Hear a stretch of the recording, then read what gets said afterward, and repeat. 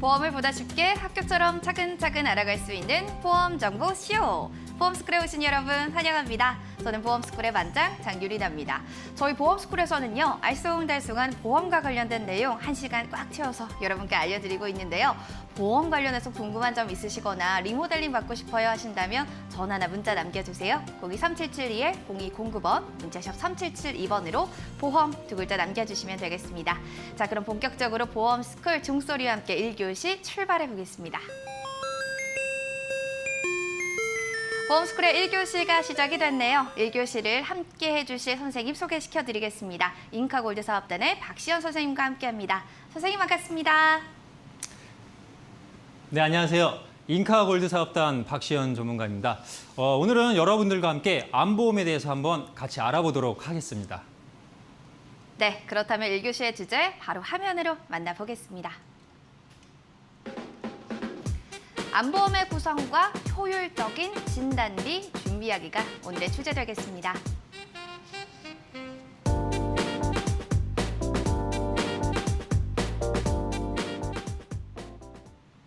현대인들의 사망원이 1위이자 또 현대인들이 가장 무서워하는 질병 중에 바로 암이 빼놓을 수가 없겠는데요. 암만큼은 모든 분들이 좀 대비를 해야 되지 않나 싶습니다. 그래서 암이 어떤 내용을 가지고 있는지 일단 암에 대한 정의부터 들어보도록 하겠습니다. 네. 우선 이 암에 대해서 저희가 정의를 좀 알고 넘어가야 될 것 같아요. 여러분들 혹시 뭐 암보험이 필요한지 아니면 필요하지 않은지 그 부분에 대해서 어떻게 생각을 하시는지 모르겠어요. 그냥 막연하게 많은 분들이 암보험을 가입한다 그런 생각으로 암보험을 가입하시는 건 아닌지, 왜 우리에게 암보험이 필요한지 그 부분에 대해서 한번 말씀해 드리도록 하겠습니다. 우선 암은 뭘까요? 암은 종양입니다. 쉽게 얘기해서 혹이라고 볼 수도 있어요. 그리고 이 종양은요, 양성 종양과 악성 종양으로 나뉘고 있습니다. 사실 이 부분을 다시 얘기하면 종양은 그냥 착한 종양과 나쁜 종양이 있다라고 생각을 하시면 되시는데요. 바로 이 나쁜 종양이 우리에게 영향을 끼치고 있는 거예요. 이 나쁜 종양이 우리 몸 여기저기를 돌아다니면서 우리를 참 많이 아프게 하고 있죠. 그리고 이 나쁜 종양의 특징은 사실 잘 죽지도 않습니다. 그것을 우리는 흔히 악성 종양이라고 이야기를 하고 있고요. 바로 이 악성 종양을 다른 말로 암이라고 부르고 있는 겁니다. 자, 이렇게 생겼습니다. 딱 보기에도 그냥 좀 무시무시하게 생겼죠. 바로 이런 돌연변이 유전자를 갖고 있는 이 돌연변이 세포가 저희를 괴롭히는 악성 암인 것입니다. 자, 우리의 몸은요, 세포로 구성되어져 있다는 건 많은 분들이 뭐 과학 시간을 저희가 교육을 들었으면 다들 아실 거라고 저는 생각을 합니다.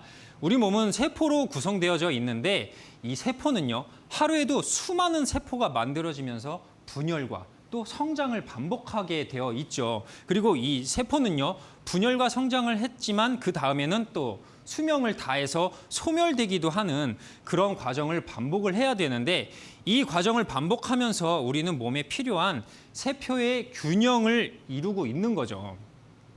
자, 그런데 지금 말한 것처럼 세포는요, 생겨났으면 다시 사라지고 이런 소멸과 생성을 반복해야 하는데, 바로 이 세포가 그냥 소멸되지 않고 무제한으로 증식을 일으켜서 몸을 해치는 상태, 다시 말해서 죽어야 할 세포가 죽지 않고 스스로 살아남아서 돌연변이가 된 상태를 말하는 거고요.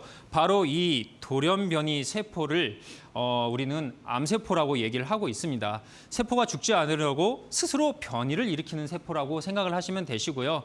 우리 몸속에 암세포가 만들어지게 되면은 참 이런 경우의 수는 누구에게나 일어날 수 있다라고 생각을 하시면 될 것 같아요. 네. 자, 암도 유전이 되나요? 많은 분들이 궁금해하시면서 많은 분들이 또 유전이 된다라고 되나요? 안 되나요? 뭐 헷갈려 하시는 분들도 많으신데요. 사회자님 혹시 암이 유전이 된다라고 생각을 하시나요? 암도 유전이 좀 되지 않을까요? 어느 정도 좀 영향이 있지 않을까라는 생각이 드는데 네네. 사실 정확하게는 잘 모르겠어요. 네네. 자, 제 그 해답을 한번 드리도록 하겠습니다. 암이 유전이 되나요에 제가 드리는 해답은 유전이 될 수도 있다라고 말씀을 드리고 싶어요.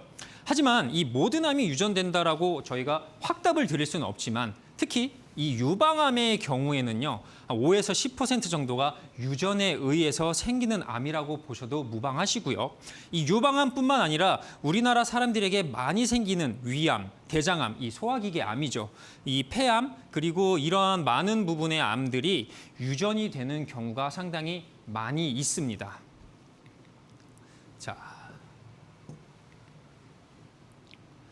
자, 표를 한번 보겠습니다. 부모가 암에 걸렸을 때 자신도 같은 암에 걸릴 확률과 형제 자매가 암에 걸렸을 때 자신도 그와 같은 암에 걸릴 확률에 대해서 나타내는 표인데요. 자, 1위부터 쭉 내려와 보면요. 부모가 암일 경우를 한번 살펴보면 악성 림프종이 1위, 그리고 고환암 2위, 그리고 3위가 갑상선암, 그리고 쭉 여러 가지 암들이 나와 있고요. 형제 자매가 암일 경우를 보면은 고환암이 1위고요. 악성 림프종이 2위, 그다음에 콩팥암부터 해서 전립선암 쭉 나와 있습니다. 대부분의 암들이 교차를 하고 있다는 걸 보실 수 있을 거예요. 자, 근데 부모가 암일 경우에 같은 암에 걸릴 확률 보면은 거의 5배에 가깝게 이 확률을 보여주고 있습니다. 반면에 형제 자매가 암일 경우를 보면요. 이 악성 림프종이 2위로 내려가 있고 1, 2위가 뒤바뀌어 있는 거를 보실 수가 있을 겁니다. 자, 하지만 이 악성 림프종이 부모님이 암에 걸렸을 경우를 대비를 해서 봤을 때 약 5배에 해당했었다면 형제 자매가 암일 경우는 2위로 내려왔지만 그보다 훨씬 많은 수치로 암에 걸릴 확률이 나와 있다라고 보면 되세요. 그래서 암이 유전이냐 아니냐를 놓고 봤을 때는 전혀 간과할 수 없다, 간과하지 않을 수 없다라고 말씀드릴 수 있을 것 같습니다.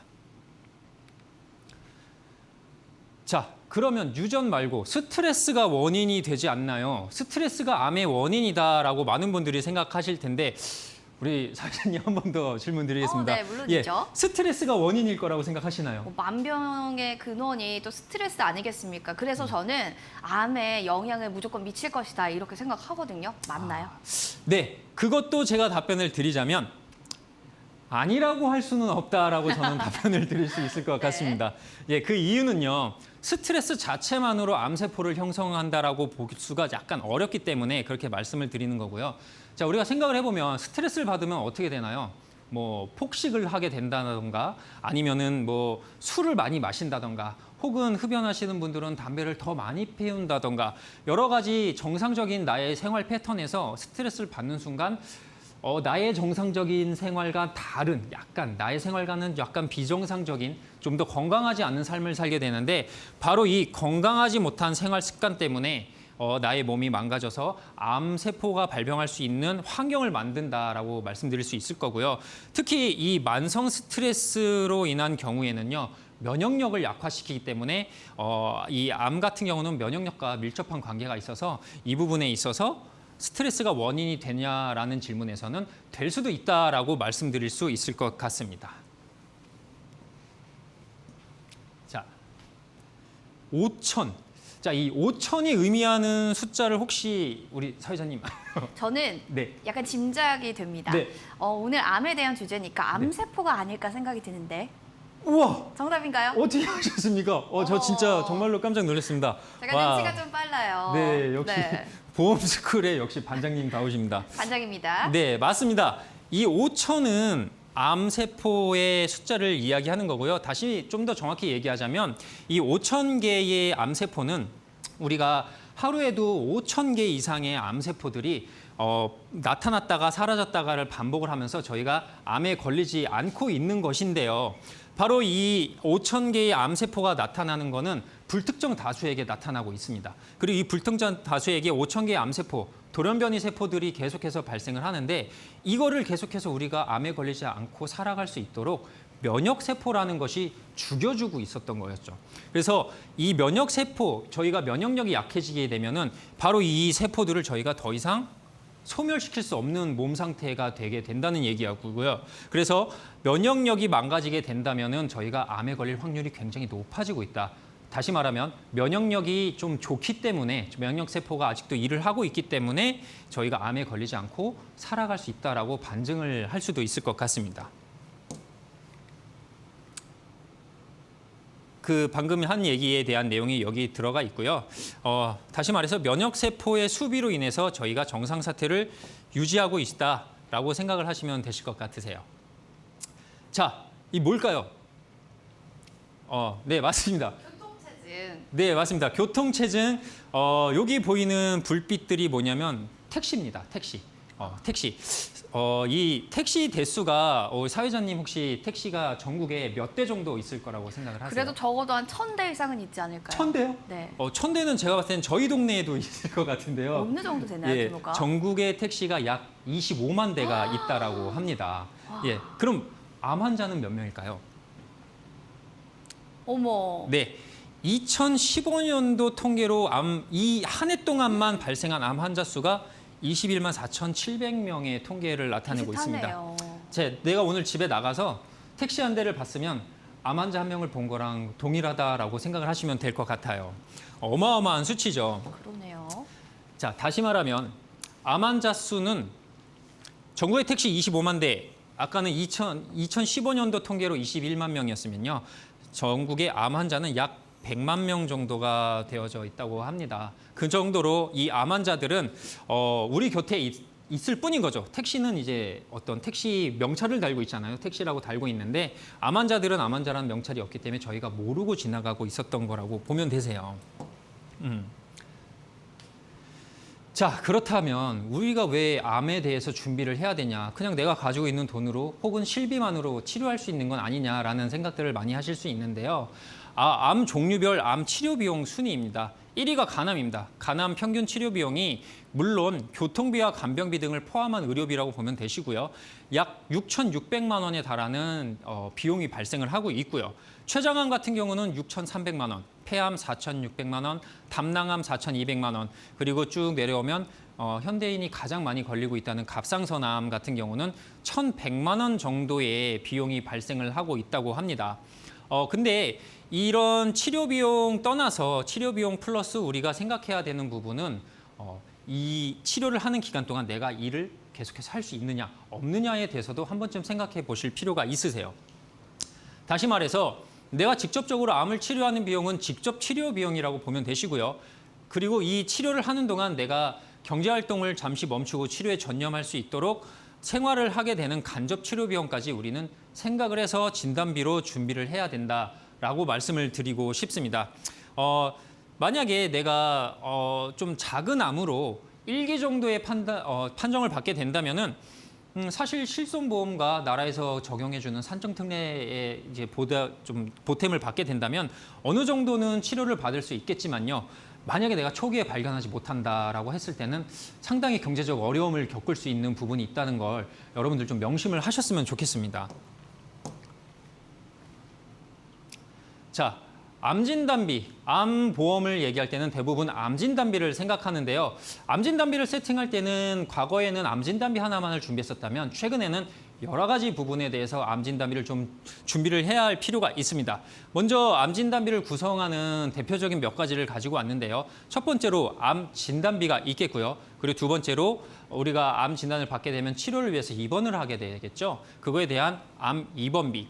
그리고 많은 분들이 아직도 모르시는 분들이 계신데 이 암 입원비 같은 경우는 암으로 직접 치료 목적으로 입원을 했을 때만 입원비가 발생을 한다라는 부분을 좀 알고 계셨으면 좋겠고요. 그거에 대한 분쟁이 너무 많다 보니까 암요양병원 입원비라는 특약이 새로 신설이 된 지 좀 됐고요. 그래서 암 입원비를 준비하실 때는 요양병원 입원비까지 같이 준비를 하셔서 좀 더 내가 좀 괜찮은 쾌적한 치료를 받을 수 있도록 준비를 하시면 좋겠고요.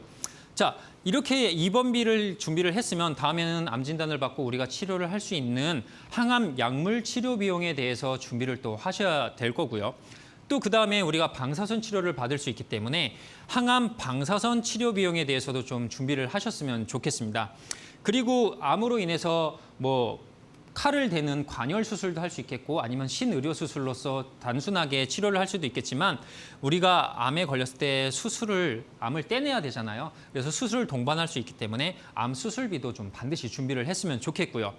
최근에는 이 표적 항암 약물 허가 치료 비용이라는 또 보험 담보가 신설이 됐어요.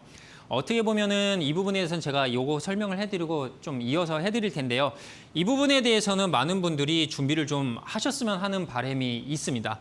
자, 그 다음에는 항암 세기 조절 방사선 치료 비용도 있겠고요. 그 다음에는 또 우리 국립암센터에서만 치료받을 수 있는 항암 양성자 방사선 치료 비용 등등 여러 가지 우리가 준비해야 할 특약들, 우리가 준비해야 될 암 보험들이 굉장히 많다라는 사실 혹시 알고 계셨는지 모르겠지만 이 부분에 대해서도 암 보험을 준비를 하실 때 반드시 체크를 하셨으면 좋겠고요. 자, 그리고 내가 암 보험을 이미 가입을 했다 하시는 분들은 내가 가입한 암 보험에 이런 부분들이 들어가 있는지 한 번쯤 증권을 열어서 체크를 해보셨으면 좋겠습니다. 자, 모든 보험들을 제가 말씀드리긴 좀 그렇고요. 최근에 신설된 가장 핫한 많은 분들이 준비하고 계시는 이 표적 항암 약물 허가 치료 비용과 항암 세기 방사선 치료비 그리고 항암 양성자 요법 같은 경우를 한 번쯤 짚고 넘어가 보도록 하겠습니다. 자, 보시면 표적 항암 치료비가 어떤 거냐라고 놓고 봤을 때 우리 항암 치료의 종류에 대해서 한번 말씀을 드려야 될 것 같아요. 먼저 우리는 항암 치료를 크게 3세대 치료라고 볼 수 있고요. 1세대 치료가 바로 화학 치료라고 보면 되시고요. 2세대가 제가 말씀드린 표적 항암 치료라고 보시면 되시고요. 3세대는 아까 제가 얘기한 그렇게 강조한 면역력을 강화시키는 면역 치료라고 보면 되시는데요. 자, 먼저 1세대 화학 치료가 어떤 거냐? 우리 초코파이 선전 보시면은 그 노래가 나오죠. 막 말하지 않아도 알아요. 막 그런 노래가 나오는데 이 화학 치료 같은 경우가 바로 그 부분입니다. 비니 모자를 쓰고 뭐 어떤 암에 걸린 주인공들 보면 머리가 좀 빠지거나 뭐 이런 부분이 있는데요. 이 화학 치료를 했기 때문이에요. 이 화학 치료가 뭐냐면요.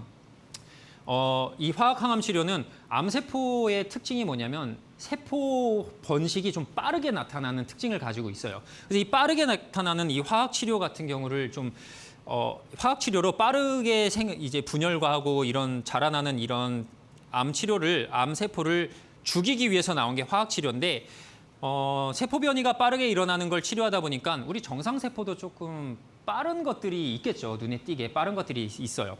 그래서 빠른 것들을 죽이는 특징을 가지고 있다 보니까 빠른 정상세포까지 같이 죽이게 된 거예요. 그래서 암세포만 공격을 해야 되는데 정상세포까지 같이 공격을 하게 되면서 여러 가지 부작용들이 생기기 시작하고 많은 분들이 이제 머리가 벗겨진다던가 아니면은 이제 뭐 힘이 없어져서 좀 역겨움이 올라오면서 밥을 먹지 못한다던가 하면서 많은 부작용들을 이루고 있어서 이 화학 치료는 좀 많은 분들이 꺼려 하실 수 있는 부분이라고 생각을 하는데 이거의 장점을 하나 꼽자면은 나라에서 산정특례 적용을 해주기 때문에 이 치료를 받게 된다면은 치료 비용이 크게 들지 않는다는 점 좀 기억을 해두시면 좋겠고요.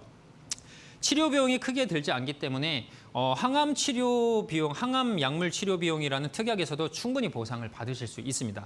자, 그럼 2세대 표적 치료는 뭐냐? 암세포에 보면은 표적이 있는 암세포가 따로 있습니다. 그래서 내가 암에 걸렸다면 내 암세포에 표적이 있냐 없냐를 검사를 해서 표적이 있는 치료 같은 경우는 그거에 맞는 표적 항암 치료를 적용을 받을 수가 있는 거죠.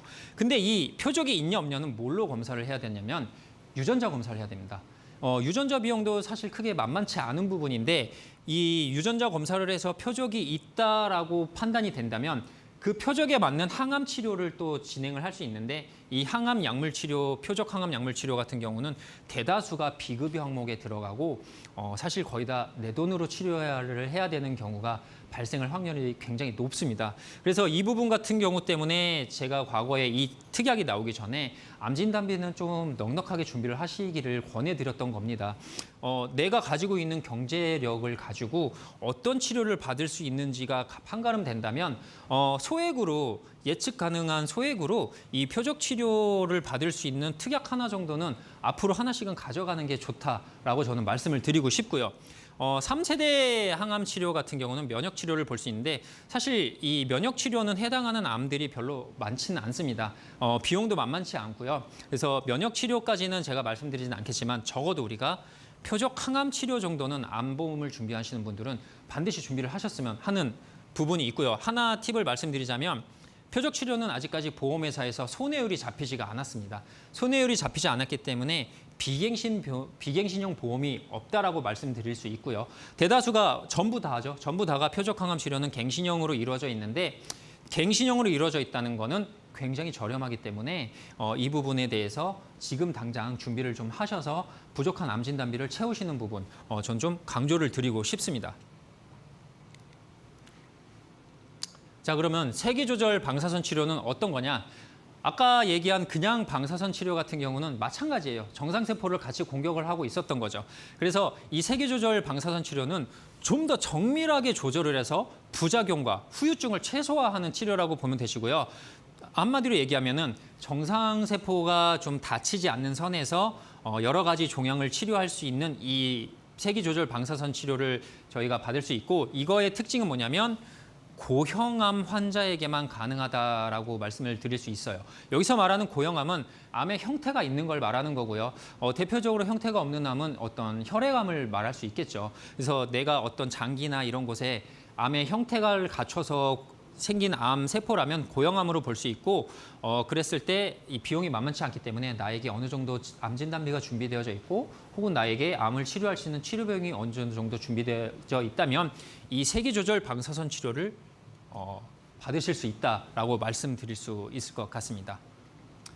자, 양성자요법, 꿈의 치료라고 한때 불렸었죠. 양성자 치료는 정상세포에서 별다른 영향을 주지 않고 몸을 그대로 통과해서 암세포에 도달해서 그 파괴력을 순간적으로 극대화해서 그 자리에서 암세포를 소멸시키는 그러한 치료고요. 이거 같은 경우는 저는 뭐라고 표현을 하냐면, 암에 걸렸을 때 칼을 댈래 아니면 빛을 쬐래라고 저는 항상 얘기를 했던 것 같습니다. 이 때문에 암세포를 보다 정밀하고 그리고 강력하게 파괴를 하면서 정상세포의 피해를 최소화시키는 면에서는 세기조절 방사선 치료와 비슷한 면을 가지고 있다. 그래서 이 항암 양성자 요법 같은 경우는 국립암센터에서 치료를 받을 수 있고요. 비용이 막대하기 때문에 내 암 진단비가 어느 정도 준비가 되어져 있는지에 대해서 한 번쯤 생각을 해보셨으면 좋겠습니다. 네. 자, 그러면 제가 알아서 정리를 한번 해보겠습니다. 네. 예, 정리를 해도 될까요? 예. 자, 핵심 요약을 한번 해드리면요. 세 가지로 좀 요약을 해드릴 수 있을 것 같습니다. 먼저 첫 번째로 암보험을 구성을 하실 때는요, 진단비만으로는 부족합니다. 사실 이 진단비가 비싸기 때문에 이것만으로 내가 필요한 비용을 다 메꾼다? 사실 불가능하실 수 있고요. 보험료에 대한 부담이 좀 굉장히 심하실 수 있는 부분 좀 아셨으면 좋겠고, 그래서 암 진단비를 구성을 할 때는 암에 대해서 내가 치료를 받을 수 있는 여러 보장들로 나눠서 보험을 준비하셨으면 좋겠고요. 그리고 두 번째로는 고가의 치료를 요하는 상황에는 막대한 비용을 감수할 수 있기 때문에 내가 암보험 하나 가지고 있다라고 해서 난 암보험이 있어라는 생각들은 좀 안 하셨으면 좋겠고요. 세 번째로는 치료를 요하는 직접 치료비와 치료 기간 동안 생활을 해야 되는 이 생활에 드는 간접 치료비를 염두에 두고 준비를 하셔야 된다라고 말씀을 드리고 싶습니다. 다시 말해서 실손보험만으로 혹은 어느 정도 과거에 준비했던 부족했던 암 진단비 가지고 지금 이제 좀 시간이 흐른 이후에 고가의 치료, 좀 좋은 치료를 받으면서 내 암 세포를 이제 치료해 나가는 과정을 한다는 건 사실상 조금 무리일 수 있는 부분일 수 있습니다. 그래서 보험은 사실 내가 경제력이 조금 뒷받침되는 분들한테는 사실 저는 막 권하진 않아요. 오히려 내가 좀 생활을 하는데 보험이 없으면은 안 되는 분들에게 오히려 더 권하고 있는데, 이런 분들은 어떻게 보험을 구성하는지 전문가와 상담을 통해서 암 진단비를 포함해서 여러 가지 필요한 보장들을 채웠으면 하는 바람입니다. 네. 네, 암은 사망 통계로 작성 이래 37년째 1위를 좀 유지하고 있습니다. 암보험을 좀 가입하시는데 좀 중요성을 다시 한번 좀 느끼는 시간이 아니었나 싶었는데요. 마지막으로 또 한 말씀 해주시기 바라겠습니다. 네. 보험은 사실 병을 치료하는 건 아닙니다. 많은 분들이 나 몸이 안 좋을 것 같아요 하고 보험을 준비하시는데요. 아닙니다. 보험은 몸을 치료할 때 드는 비용을 보상을 해주면서 우리의 경제적 리스크를 막는 거라고 생각을 하시면 되세요. 때문에 내가 암에 대한 좀 생각이 있다, 혹은 우리 뭐 가족력 중에 암이 있다라는 분들께서는요, 암보험을 반드시 준비를 하시길 추천을 드리고요. 암보험을 준비하실 때는 암진단비만 준비를 해야 될지, 아니면 다른 여러 특약들을 포함해서 암진단비 구성을 조금 가성비 있게 준비를 하실지는 전문가를 통해서 상담을 통해서 준비를 하시길 바라겠습니다. 네, 이상입니다. 암 보험료가 좀 부담스러워서 아직 좀 들어야 될지 말아야 될지 고민하시는 분들 계시다면요. 오늘 또 중요성을 다시 한번 느끼셨겠죠? 상담 받아보시길 바랍니다. 02372에 0209번, 문자샵 3772번으로 보험 두 글자 남겨주시기 바라겠습니다. 오늘 도움 말씀 주신 박시현 선생님 고맙습니다. 감사합니다. 네, 보험스쿨 1교시 여기서 정리하고요. 2교시로 넘어가겠습니다.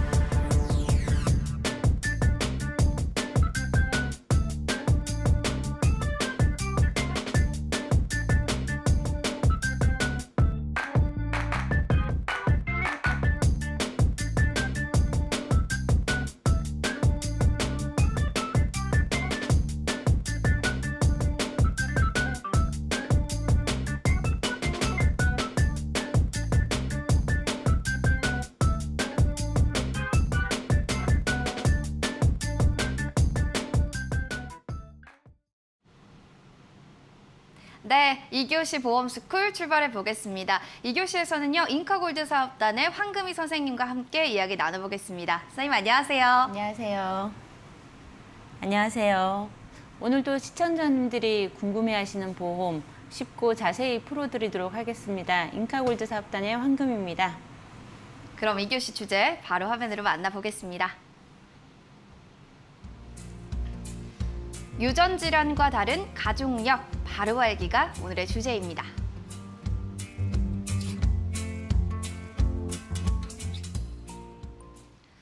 유전력과 가족 질환은 또 다르다, 유전 질환은 좀 다르다라는 이야기가 있습니다. 부모가 앓았던 병을 자식에게 물려주는 게 유전이라고 하는데요. 가족력은 유전보다 더 넓은 의미로 이야기를 한다라고 합니다. 이에 대한 내용 자세히 들어보겠습니다. 네, 유전 질환은 유전자나 염색체의 변이 아니면 이상으로 발생되는 원인이라고 볼 수 있겠고요. 그래서 부모에서 아들, 그다음에 아들에서 손자까지 질환이 전해지는 것을 유전 질환이라고 말합니다. 대표적인 경우로 혈우병을 말씀드릴 수 있겠고요. 여기에 가족력은 이 유전 질환과 포함을 해서 식습관과 환경 요인까지 합쳐진 거라고 볼 수 있겠습니다. 그래서 가족력이 개인의 어떤 자연 환경에서 어떤 환경에서 자랐는지 알 수 있고 또 어떤 습관을 갖고 있는지 확인할 수 있는 가족력을 3대에 걸쳐서 3명 중에 1명이라도 2명 이상인 경우 가족력이라고 말씀드릴 수 있겠고요. 유전질환은 대대적으로 그 질환을 가족한테 물려주는 질병이라고 말씀할 수 있겠습니다. 그래서 가족력은 3대에 걸쳐서 우리 가족 중에 3명 중에 2명 이상이 그 질병을 앓고 있다라고 하면 가족력이라고 볼 수 있겠습니다. 기준이 아주 명확하죠. 3대에 걸쳐서 2명 이상 같은 또 질환을 가지고 계시면 이것은 가족력이다라고 이야기해 주셨습니다. 암 가족력이 있다면 그럼 암에 걸릴 확률이 좀 높다고 봐야 되는 건가요, 선생님? 네, 가족력이 있다고 하면 아무래도 암에 걸릴 확률도 좀 더 높아질 수 있다라고 볼 수 있겠습니다. 대부분 유전 요인이 없다 하더라도 식습관과 뭐 스트레스 이런 걸로 암이 발생할 수도 있겠지만 대표적으로 저희가 암 같은 경우에는 우리 가족이 똑같은 생활 습관과 똑같은 식습관을 갖고 있다고 봤을 때 암으로 진단받을 수 있는 확률은 훨씬 높아진다. 거의 2배 이상 볼 수 있겠다라고 볼 수 있으면 될 것 같습니다. 가족력이 있으면 그 질병에 걸릴 확률이 2배 이상이다. 확실히 좀 알아둬야 될 것 같습니다. 그러면 대표적으로 가족력의 질병이 어떤 것들이 있는지 좀 알아보도록 할게요. 네, 첫 번째 1위가 암입니다. 방금도 말씀드렸듯이 암은 대표적인 가족력 질병의 1위를 차지하고 있고요. 2위가 알츠하이머성 치매입니다. 그다음에 3위가 심혈관 질환, 그다음에 4위가 당뇨병, 5위는 아토피 피부염이라고 할 수 있겠습니다. 특히 암은 직계가족 3대에서 1명만 발병을 해도 가족력이 급격히 증가한다라고 볼 수 있겠는데요. 그래서 우리 가족 중에 1명이라도 암 질환을 앓고 있다라고 하면 나한테도 가족력에 영향이 있겠구나라고 생각을 하시면 될 것 같습니다. 네, 표를 통해서 좀 자세히 알아봤고요. 그렇다면 이어서 가족력 질병의 확률에 대해서도 좀 궁금합니다. 어떻게 될까요? 네, 보통 가족력이 없는 사람에 비해서 2배 이상의 발병률을 갖고 있는 것이 가족력이라고 볼 수 있겠는데요. 표에 보시면 암 같은 경우에는 부모가 발병했을 경우에 1.8배, 그다음에 형제 자매까지 있다 그러면 2배에서 3배까지 올라갈 수 있겠고요. 부모와 형제 자매가 다 같이 암을 갖고 있다라고 하면 거의 많게는 12배까지 올라갈 수 있는 확률을 보실 수 있겠습니다. 거기에 치매 같은 경우도 저희가 유전 질환이라고 하고 가족력을 꼭 가져갈 수 있다라고 볼 수 있겠는데요. 부모가 치매를 겪은 경우에는 자녀가 발병할 수 있는 확률이 2배 이상 높다라고 볼 수 있겠고요.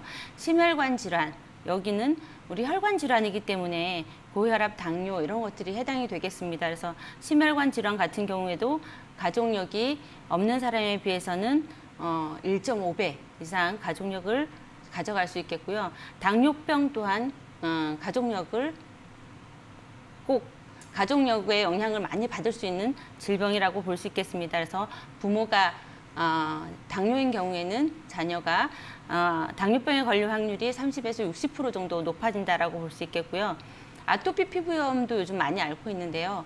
부모가 2분 다 아토피 피부염을 앓고 있다고 보면 자녀는 80%까지 가족력을 가져가고 2분 중에 1명만 아토피염을 앓았다라고 보셨을 때는 자녀가 40에서 60%까지 아토피 피부염까지도 가족력으로 볼 수 있겠습니다. 그래서 가족력 같은 경우에는 내가 지금 가족 중에 질병을 갖고 있다 하더라도 이 질병을 어떻게 하면 내가 관리를 잘해서 앞으로 이 질병에 걸리지 않도록 예측을 할 수 있고 그걸 또 예방하고 건강검진까지 잘 받아서 관리할 수 있는 거에 포커스를 맞추셔서 가족력을 체크해 보시면 좋겠습니다.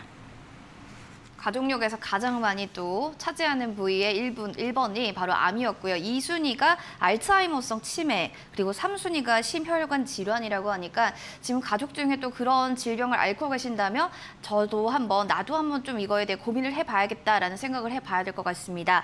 마지막으로 결국 가족력이 질병을 예견하는 역할이 되는 게 아닌가라는 생각 드는데요. 맞나요?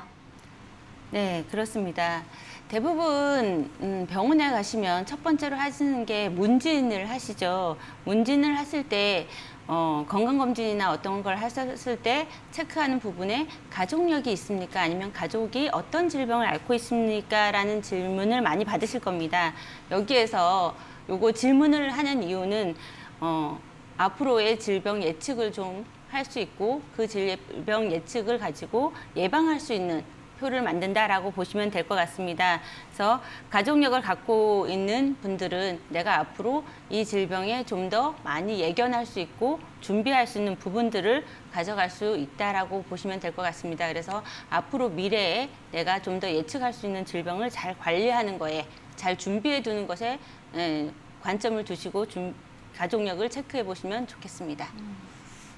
알겠습니다. 미리미리 예측하셔서 대비하시는 게 또 현명한 방법이 될 것 같네요.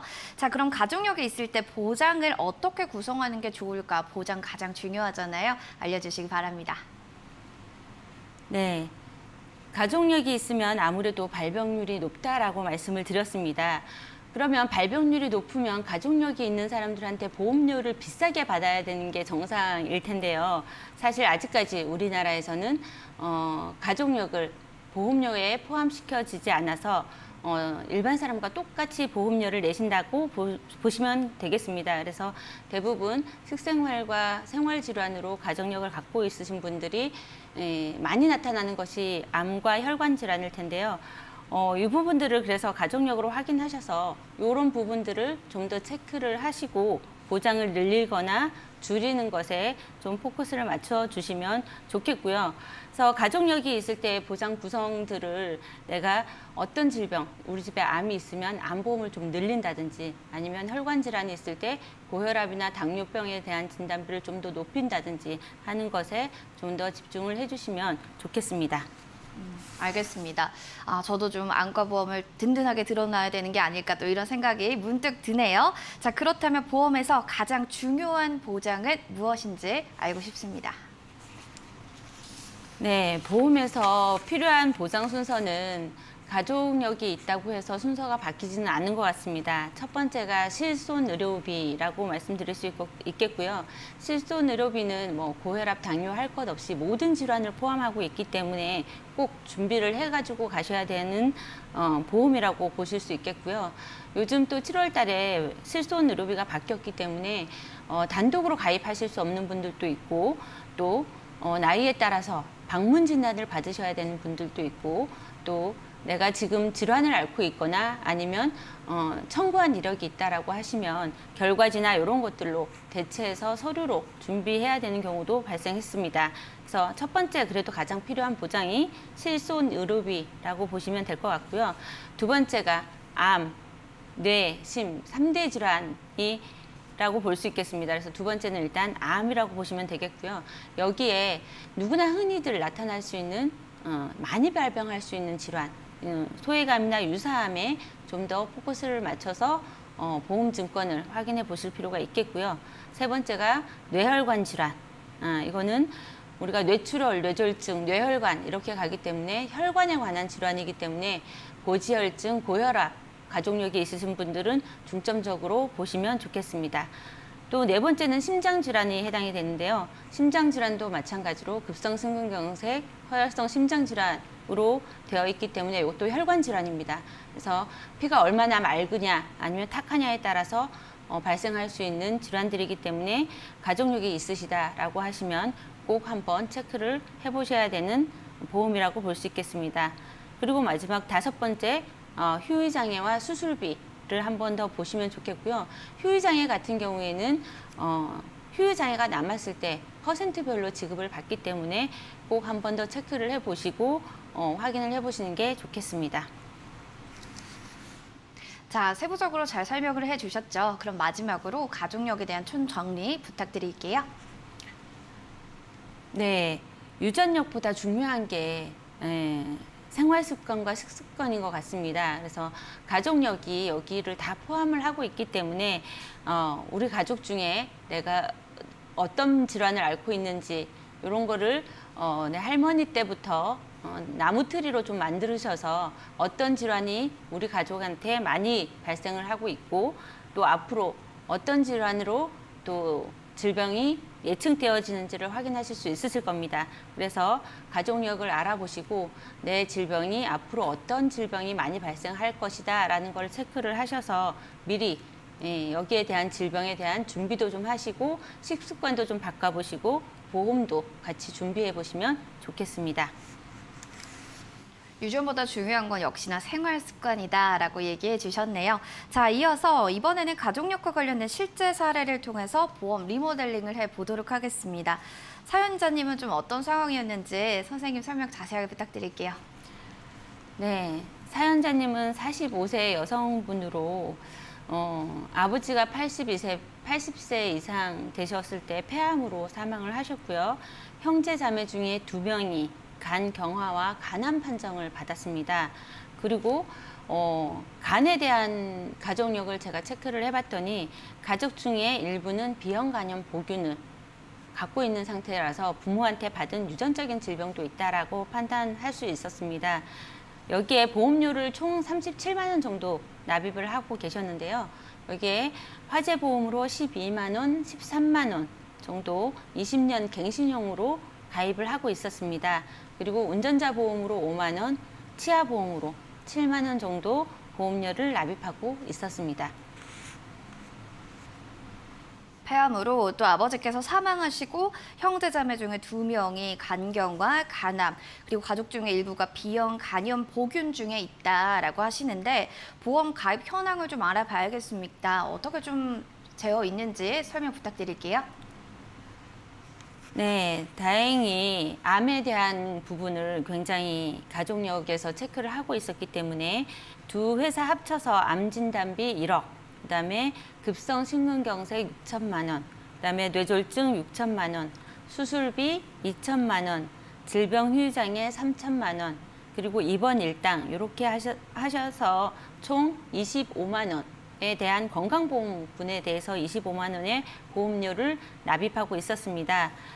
하지만 요 부분에 갱신형이 좀 남아 있었기 때문에 요 부분을 같이 해서 리모델링을 해드린 사례입니다. 자, 리모델링 전에 있던 표를 보셨다면 이제는 리모델링 후 어떻게 됐는지도 알아보도록 하겠습니다. 어떻게 많이 변화됐나요? 네, 갱신형을 비갱신형으로 변경을 해드렸습니다. 그러다 보니 진단비가 암진단비 1억을 가입하셨는데 암진단비가 조금 줄어드는 현상이 발생을 해서 표적항암 치료를 추가적으로 저렴하게 보험을 리모델링을 같이 해드렸습니다. 그래서 D생명사에 21만 7천 원의 보험료를 내는 곳에다가 암진단비 5천, 급성심근경색 5천, 뇌졸중 5천, 수술비 1천만 원, 그다음에 질병후유장애 5천만 원으로 해서 21만 7천 원의 보험료를 납입하게 해드렸고요. 또 D생명사에 모자라는 부분을 H생명사에 진단비, 암진단비 3천에 표적항암 치료비 5천만 원, 그다음에 급성 심근경색 진단비 1천만 원, 뇌졸중 1천만 원 해서 보험료를 5만 원으로 세팅을 해서 두 보험 합쳐서 보험료는 28만 원이었습니다. 그래서 총 합계된 암진단비는 8천만 원에 표적항암 치료비 5천을 합쳐서 1억 3천 정도의 암진단비를 마련해 드렸고요. 급성 심근경색은 3천에서 6천으로, 뇌졸중도 3천에서 6천으로 변경을 좀 해드렸고 질병후유장애도 3천에서 2천으로 대신에 수술비와 입원 일당은 조금 줄였습니다. 그래서 수술비는 1천만 원, 입원 일당은 아예 빼버렸습니다. 이렇게 해서 28만 원의 보험료를 납입하게 해드렸고요. 만약에 좀 전에 보셨던 리모델링 전에 보험을 보시면 90세까지 생존했을 때 납입하는 보험료가 1억 3,500 정도의 없어지는 보험료를 납입하고 계셨는데요. 요것을 21만 7천 원으로 20년 납으로 변경을 해드렸더니 5,200만 원을 납입하게 해드렸습니다. 다음 표에 한번 보시면요. 45세 이후 리모델링 후에 없어지는 금액의 보험이랑 지금 리모델링 한 금액을 좀 비교해 드리면요. 1억 3,500에 사라지는 보험에 가입해 드렸다고 보시면 지금 21만 7천 원짜리의 보험은 5,200만 원 정도 나중에 노후 자금으로 사용하실 수 있게 좀 리모델링을 해드렸고요. 그다음에 7만 원 정도의 치아 보험은 해지 처리를 했습니다. 아직 나이가 젊고 치아로 문제가 생기지 않았기 때문에 요거는 사라지는 보험료로 총 2,940만 원을 내야 되는데 이거를 해지해서 2,940만 원을 좀 남겨드렸고, 그래서 총 1억 8,900만 원 정도의 사라지는 보험료를 좀 남겨드렸다라고 보시면 될 것 같습니다. 정말 큰 금액이 절약이 됐네요. 사연자분께서 보장도 커지고 노후도 좀 편안하게 준비하실 수 있게 돼서 마음 한켠이 든든할 것 같습니다. 자, 그러면요. 저희 이규신 여기서 좀 정리하고 바로 또 방과후 시간 넘어가서 문자 사연 만나보도록 하겠습니다. 첫 번째 사연 도착했네요. 3425번님의 사연입니다. 엄마, 이모 2명, 외삼촌 4분 모두 갑상선 수술을 하셨어요. 저도 가족력이 의심되는데 혹시 갑상선이 보장되는 보험이 또 따로 있을까요? 라고 또 문의를 주셨습니다. 아, 갑상선 저도 참 걱정 많이 됩니다. 따로 있나요, 보험이? 네. 이분 같은 경우에는 엄마, 이모, 외삼촌 4분 모두 갑상선 수술을 받으셨다라고 보시면 가족력이 굉장히 많이 의심이 되는 상황입니다. 여기에 갑상선 같은 경우에는 한 번 더 체크를 해보셔야 되는 게, 예전에 보험을 가입하셨다라고 보시면 갑상선 진단비로 400에서 600, 200 이렇게밖에 보험을 받을 수가 없으셨을 겁니다. 하지만 최근에 갑상선 진단비, 갑상선 암 진단비가 소액암으로 많이 출시가 되어 있어서 2천만 원, 3천만 원 이렇게 받을 수 있는 상품들로 출시가 되어 있기 때문에 갑상선이 보장되는 보험 따로 가입하시는 걸 권해드리도록 하겠습니다. 보장보험이 따로 있다라고 하니까요. 너무 걱정하지 않으셔도 되겠습니다. 자, 이어서 두 번째 사연을 만나보겠습니다. 6790번님의 사연이네요. 임신 7개월 차 예비 엄마입니다. 남편이 아토피가 심해 꾸준히 약을 복용하고 있어서 아이에게도 아토피가 있을지 걱정되는데요. 태어나지 않은 아이도 준비할 수 있는 방법 없을까요? 라는 사연입니다. 그렇죠. 남편이 또 아토피가 있으면 우리 아이한테까지 이 가족력이 전해지는 거 아니야? 라는 우려가 또 생기기 마련입니다. 전문가님 한 말씀 부탁드릴게요. 네, 앞에서 아까 말씀드렸다시피 아토피도 요즘 굉장히 가족력으로 이어지는 경우가 많다라고 볼 수 있었습니다. 부모 2명이면 80%, 1명이면 40에서 60%까지 가족력으로 전달이 될 수 있겠는데요. 아이에게 아토피염으로 따로 진단비가 책정되어 있는 보험은 현재까지는 없습니다. 그래서 어차피 태아보험을 가입하신다고 봤을 때 실손의료비에서 보상을 받으실 수 있기 때문에 실손의료비 준비를 꼭 해주시면 좋겠습니다. 알겠습니다. 실손 의료비 준비가 필요하다라는 한 줄 평이었습니다. 다음 사연 만나볼게요. 4854번님의 사연입니다. 제가 가입한 보험에는 질병 후유장애라는 항목이 없는데 질병 후유장애는 뭔가요? 가장 기초적이면서도 궁금한 질문이죠. 바로 들어보겠습니다. 네, 질병 후유장애 요즘 많이 없어지는 보험이라고 볼 수 있겠습니다. 예전에는 질병 후유장애를 몰라서 가입을 많이 안 하셨던 부분들도 있었는데요. 하지만 지금은 질병 후유장애라는 보험이 굉장히 좋고 토니율도 높기 때문에 보장 금액도 좀 작아졌고요.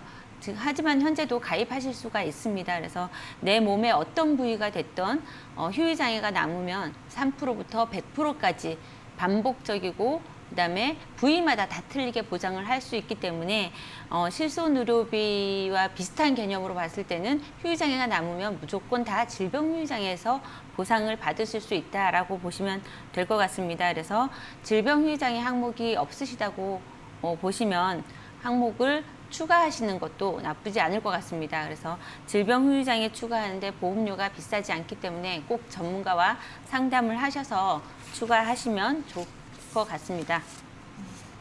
질병 후유장애 항목이 없으시면요. 꼭 하나 추가를 해주셔서 든든하게 보험 대비해 보시기 바라겠습니다. 여기까지 또 여러분들의 문자 사연 받아봤고요. 또 그와 관련해서 또 궁금하신 사항들 있으시면 언제든지 전화주세요. 02377-2-0209번, 문자샵 3772번으로 보험 2글자 남겨주시면 되겠습니다. 오늘 함께해 주신 황금희 선생님 여기서 인사드릴게요. 고맙습니다. 감사합니다. 알쏭달쏭 보험과 관련된 내용들 오늘 1시간 전해드렸습니다. 궁금하신 사연들 언제든지 문의 주시고요. 저희는 다음 시간에 인사드릴게요. 함께해 주신 여러분 고맙습니다.